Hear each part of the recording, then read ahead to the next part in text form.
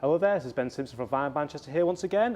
Long time no see. It's been several months since we were last in Printworks, but alas, here we are again.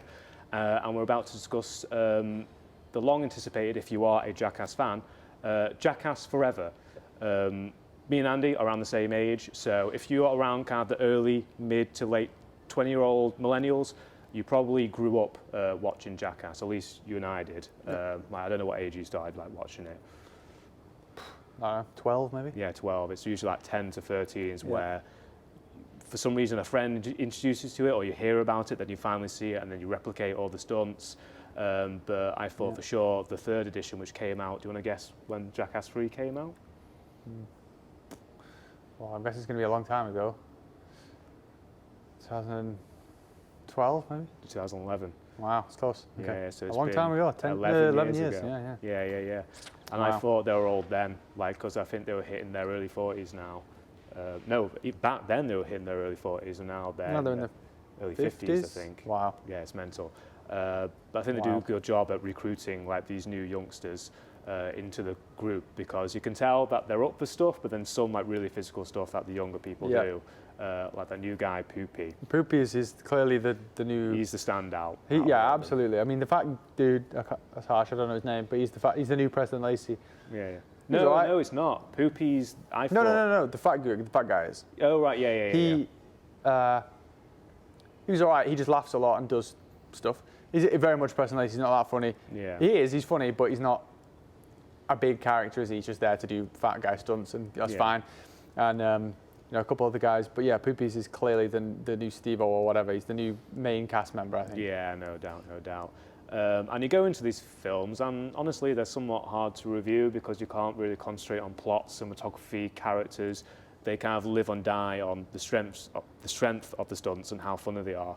And I've never watched a Jackass film in the cinema. No. I think I was just too young to watch. I didn't even know I've never even thought about one coming out. It always seems like a home video experience, doesn't it? Yeah, no doubt. But watching it in the cinema with an audience, from beginning to end, it's unrelentingly raucous laughter. funny. You kind of get the thing that they're so infectious in what they do, where it's the stunt and then the camera turn to 15 people absolutely pissing themselves is the infectious thing that you want, and you kind of get that because you've got another 50, 60 people around you all doing the same thing. You're kind of you're part of that extra bit of 15 people watching fucking Preston Lacey get shit on or whatever. Yeah, I mean, growing up, because I watched Jackass by myself, especially the TV show, but every time there's been a new film out since when I first watched Jackass, 10, 11 years old, there was a sleepover with a bunch of friends, and the second one came out, same type of deal, and the third came out, same type of deal.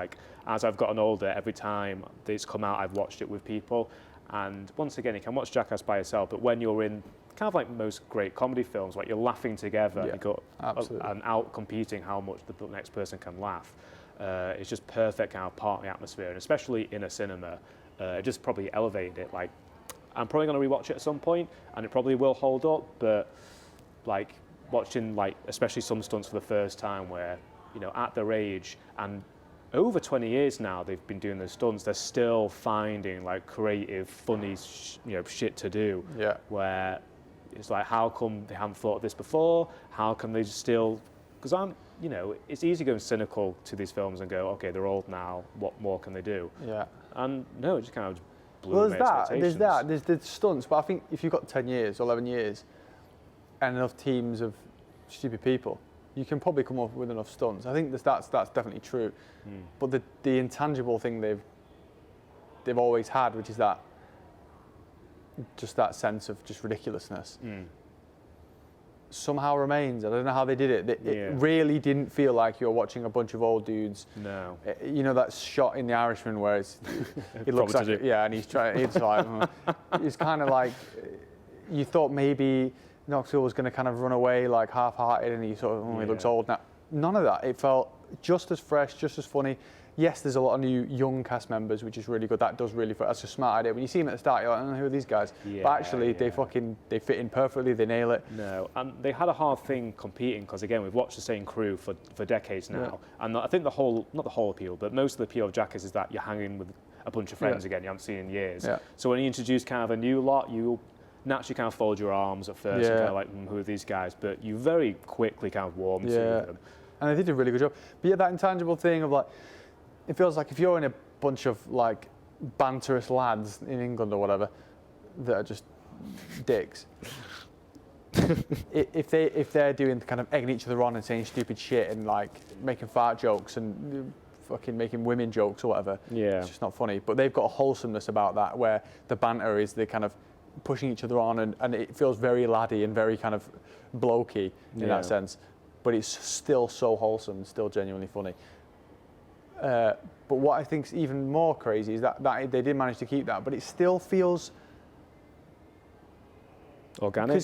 Yeah, but if it feels that kind of Spike Jonze late 90s, early 2000s skater scene that is dead. Like that is a it's coming back. Scene. Like skateboarding is still around, and you know that kind of like, you know, skinny hats and like whatever open shirts and shit. That's kind of coming back, but that is basically a dead scene. That kind of Bam Margera like kind of like trend, living on the road skateboarding. That skateboarding was one of the biggest things in the world in the early 2000s. It's a dead scene, and it still feels like they've got it. I don't know how they managed to bring that back. Maybe it's just because we don't live in America. We didn't know that it was still going on, but it felt very much like we just dropped straight back into 20 years ago. Yeah. It's pretty extraordinary. They've absolutely nailed this. On that kind of topic, how kind of natural it feels, and going back to my 4-point, how organic. Like, I don't know what the relationship between these guys are. Like, they see each other like often in between like films. I'm guessing they don't. Yeah. But again, the appeal is that camaraderie with like the Jackass crew, and it's 11 years removed since the third one, and obviously a lot's gone on. Ryan Dunn passed away. Bam Margera went mental. Yeah. But again, that organic kind of wholesomeness that makes it more than just kind of a gross out kind of ooh and ah. Yeah. That almost sweet centre of the whole entire Jackass franchise is still there. Did you miss Bam? Do you think he was a presence missed? I don't know, man. Like, I feel like I think so. Okay. The shame is, though, he's like a fat old dude now. Like, he's the one that's aged and definitely just matured the worst of all of them anyway. Like, he's got a really just sort of tragic image anyway. I think he's such a loser. If his presence was there, like, he was probably the most, maybe the second or first most famous member of the Jackass crew, like in the early 2000s. It was Knoxville then, him for sure. Yeah. Like, he has his own spin-off. Like, I think Steve-O and Chris Pontius had a Steve-O, but it wasn't as successful as what was his fucking Viva called? La Bam. Viva La Bam. Wow, that takes me back. Yeah. But yeah, if he showed up, like he looks kind of like an alcoholic mess. He's fat. Kind of, could he do anything? Looks awful. Yeah, I don't think. I mean, I think he kind of epitomises that era so much. Yeah. That it would have been nice to have him around if he was in his wholesome. I think if he kind of got himself together and he was just like how they are, where they're still slim and in shape and still normal people, but you know, they're a bit older now. That would be great. It would be better to have him around. Yeah, true. But I don't think if he'd been himself currently and he was in it, it would have been worse. So no, not in his current form. I don't think I miss him, but it would have been good to have the old Bam in it, I think. Yeah. There's one that I thought was a bit questionable. The one with where the new Zach, isn't it? The new fat dude. He jumps on the big thing and old Knoxville goes through the ceiling. I'm not sure I believe that they didn't know that was there, because there's such a level of production now. Yeah. You're like, there's focus pullers and long lenses and cinema cameras going on. Yeah, it's not like shitty little kind of like hidden cameras, home cameras. They're shooting this on big cinema cameras now. I don't believe that they couldn't see those cameras or didn't know what was going on, and it's really staged. That one was a bit questionable. And what was interesting is that in the audience, those kind of like live joke, practical joke segments got the least laughter. And I think I know why. I think because it looks so professional, because the cameras they shot. I don't think the audience knew that they were supposed to be kind of live pranks, because it looked not almost like any other stunt. No. Like if it had like more shakiness, more handheldness, or like a shittier camera, I think the audience would have clicked on, oh, this is like a live prank, like Sacha Baron Cohen. Yeah. But because it looks so polished, and obviously with like great cameras, great lenses, I don't think like, especially the one where he falls off, hangs upside down with that woman. That was rubbish, wasn't it? But I think it wasn't funny, and you don't believe it, do you? I didn't believe it because I'm cynical, but I think the audience didn't believe it because they didn't know what they were meant to be seeing. No. I don't think because it was shot so cleanly. Yeah.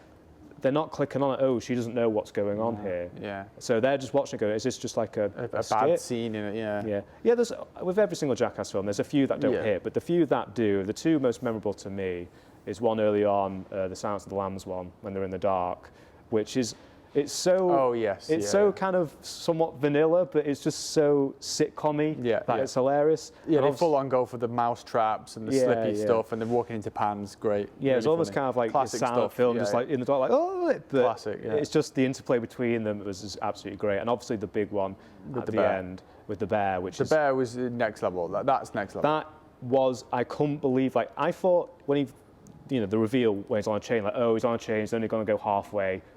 Chainless. Literally, I just walked up to him. Let a bear eat salmon off Aaron McGee's balls. Yeah. And like, you can see the bear handler's like, okay, we need to go in there now. Like he obviously didn't have control of the bear. No. A bear can just literally go with food all over it. Yeah, honey and everything. Like that was such a shock. I remember just when the thing revealed, and I thought. I heard a growl, thought, is that a tiger? And it's it's a bear. It's almost worse in some way. Oh, yeah. Horrible. The vulture was really good. The vulture was great. The vulture's just cool as fuck. I thought it looked mint. Yeah, I was very, I was like, wow, he's majestic. Through the Jackass franchise, they've used like every single like animal known to like. There's only especially like bulls and kind of like snapping turtles. Like I've seen them loads, but what was the bird? A vulture. A vulture, yeah. I've never seen a vulture. Huge. Absolutely huge. I really like the one with the Francis Ngannou and the ice hockey puck and the pogo stick on the balls for Aaron McGee. Brutal. Aaron McGee really was good in this one. I feel like he's obviously the whipping boy of the group, but he stole really the show. Good. I think he's in the most memorable kind of like impactful like pranks and stunts at the whole entire thing, and he has been like the guy who's been bullied throughout this whole franchise. He's the least famous. I mean, George Rowe. George Rowe, if you want. George Rowe. George Rowe, if you're watching. Hi. He said to me once, name all the cast members, and I was like, yeah, easy. And then I literally didn't know who Aaron McGee was. When we were walking to here, I'm like, I need to mention that guy. What's his name? Yeah. And how much of it we've seen? His name's fucking Aaron McGee. And I know his name now. Like that, he was excellent in this. And he just seemed like a really wholesome guy in it as well. Even comedy films, like they don't hit as hard as that. It turns like genuine laughs from beginning to end. I think we both heavily recommend it. Obviously, it's not going to be for everyone because not everyone, obviously, Jackass is not their cup of tea. But you like it if you like it. Like if you've seen the show, seen the films, liked them, what are you doing not seeing this? And see it here at Printworks. This is Ben Simpson signing off from Vibe.